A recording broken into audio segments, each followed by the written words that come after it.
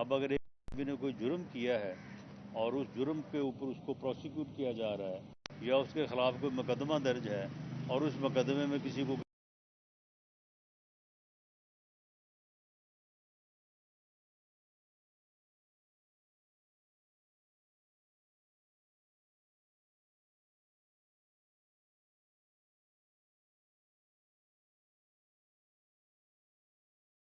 जो होता रहा सारी दुनिया को मालूम है।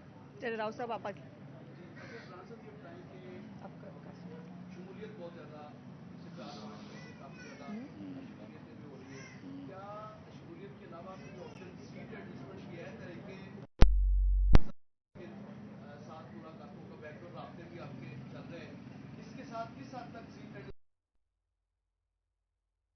इलेक्शन अलायंस हम पंजाब में किसी से नहीं कर रहे।